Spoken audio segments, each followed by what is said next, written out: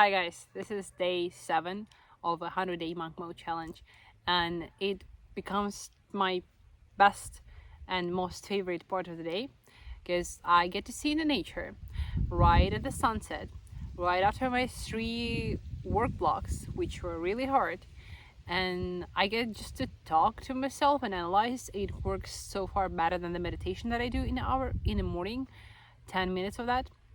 Still see no result from that, but I do see a result from doing these videos for you, and maybe I'm doing this even for myself, which is a little bit selfish.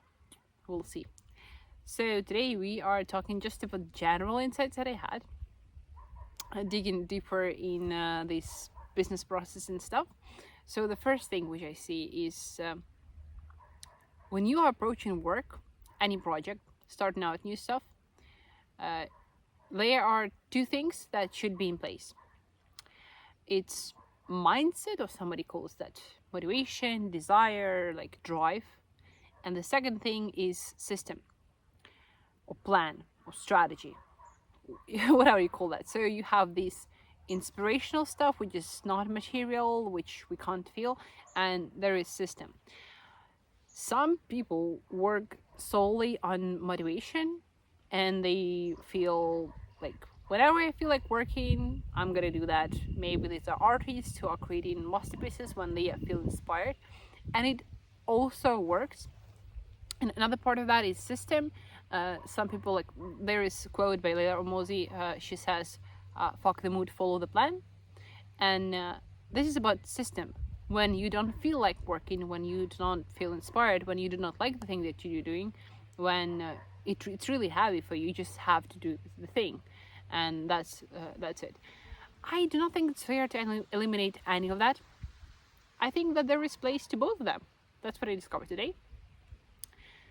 Because sometimes I really had those days pretty recently, like yesterday or something, when I was not in the mood. Like, I felt bad. Sometimes you feel bad physically. You have a sore throat, or you have back pain, whatever that you have, and or like you feel nauseous. Like, there are so different human conditions when you do not feel like working and you can't work, but you have to do that. That's how I felt like the other day. I don't remember what that was. I won't share. And I just had to do the work, and it sucked. My 4 hours were the hardest that I could do, but I did the work, and I'm proud that I did that. And now I do not remember how I felt. I remember only the outcome. Another question is this inspiration, motivation, and stuff. When I'm doing work out of pressure, just like putting my pressure on myself to have this done, the quality of work gets it falls down. It's slower. When I am inspired as a creative person, like branding, strategy, or these logos, or any illustrations or websites, the outcome gets much better when I'm not tracking the time, when I'm not like, when you feel inspired, you are within the time, within the measurements. You are like out of this planet, and you are just creating, you are in the flow. That's when you get the best results. And I just had a thought today that this insight I'm keeping with myself for a long period of time, of doing too much but of too poor quality at the agency. We lack this inspiration. We have the system, we are consistent, like with the content we are posting out here. I'm doing that on a daily basis. That's pretty great, but it's not of the best quality. It's not inspired always. It's sometimes repetitive. It looks too mechanical. So there is always room for inspiration and for system in business. And I think without inspiration or this drive, too little businesses would survive, because sometimes it is about not calculated stuff. It's about your delusion and irrational drive to keep going for years when nobody sees any sense in it. You keep going, and then at the end you get to the point of recognition or of your like sales getting up, through iterations and through this inspired and really hard-driven process, and then people start to understand you. But until you win, nobody will. So inspiration actually matters. Another insight. Yesterday I was talking about fear in business and how it affects sales. Fear in, I'll get back to that just to remind you. So I get back to emotion of fear in business a lot. Fear of rejection, fear of like not closing the sale, fear of losing with agency, like all this stuff. It makes me anxious, and it makes my speech go really fast, or it makes my movements really erratic, not organized, and it makes me, I guess, perceived as less confident or even competent in some places. And I tried one trick, like I was on the call with pretty respectable clients, so to say. A man owns 9 businesses, and he's far old, like 3 times older than I am, and he has a prejudice of me being not qualified young girl. I see that immediately, and I understand that, and I see that across our conversation. Maybe he wanted to see that strength in me, that he sees that I'm afraid, but I want to break until the end. But when I was talking, sometimes I would confuse the words or would start too fast the sentence. The fear was in me. I know what I'm saying. I know perfectly what we are doing at the agency. I am confident in my knowledge and in our abilities and in the future, and I'm doing all my best, but still that fear was there, and I felt intimidated a little bit. So I decided to play a different card and like play open with him. I would stop there and I would say,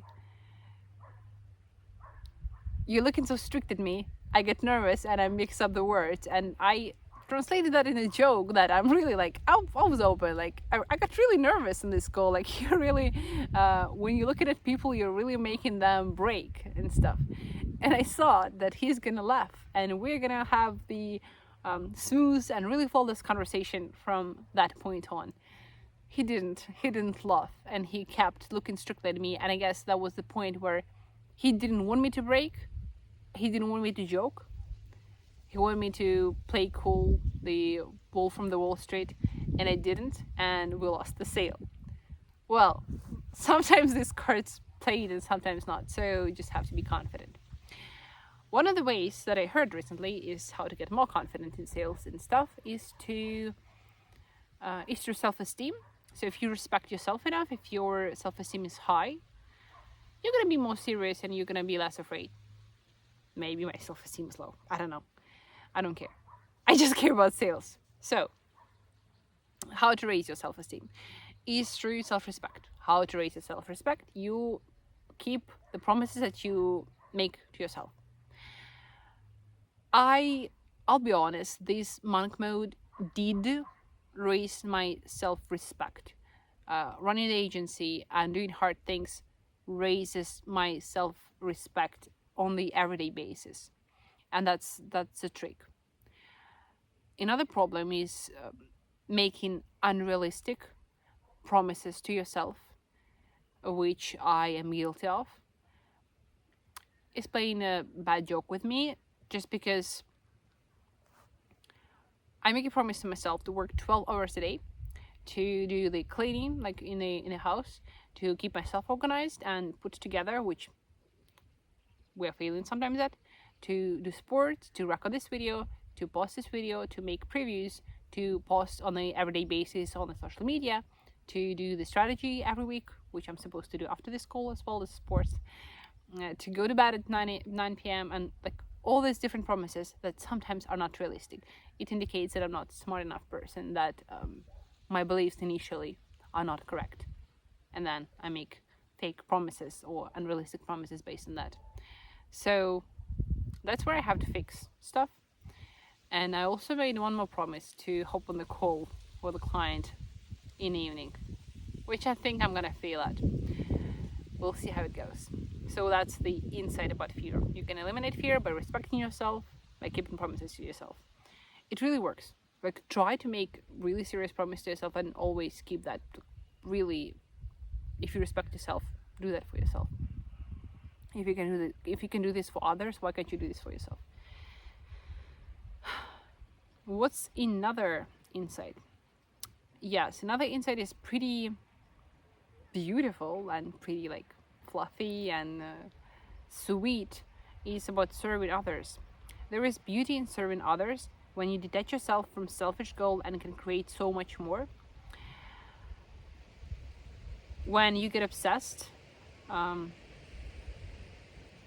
you can create so much more in being in total service of people. There is wisdom in the universe that sort of guides you in the right direction. I don't know under which drugs I was when I wrote that. But here is sense to it. When I do the project in which I really believe, I can create so much more. When I see true potential in a business, when I see true uniqueness in a product, when I have the freedom to come up with brand name, to change the logo, to change the colors, to change the typography, to change the messaging, to change how social media looks like, when I'm given the freedom and I really believe in the product, that's the best match we can ever have, apart from client being able to pay for our services, right? Because I do have this match with 2 of our pro bono cases. I believe in them and they are really cool and they are really interesting. But yeah, we there is money issue I'm stumbling upon, and I do prioritize according to money matter other projects. So 3 components that we need for our agency's projects. You're able to actually pay for the services. Your product is unique and has true value in it, and we have a little bit of creative freedom. I think these are the final requirements that are needed for perfect branding project. I was also thinking of taking a week off all the processes like lead generation, project management, calls, even recording these videos for you, and just create one perfect branding project. Was that, and I think one of our problems with generating leads and people not texting us is because we post, as I said, that much content, and we don't have just one ideally perfect branding project that has it all, that has brand identity, that has logo, that has app and website and social media and pitch deck and all these things. Oh my god, the sound's gonna be really awful. There are people driving bikes. Another insight. The reason to play the game is to get free of it. Just philosophical. It's interesting. People are playing money games and business games just to get free of that. All I have to say in here. And the last insight for today is to have willingness to look like a fool. People who have really high pride and are not willing to look like a fool, they are gonna make a statement or a decision, and they are gonna stick to the decision for as long as they can, just not to be wrong, just not to be seen as a fool publicly.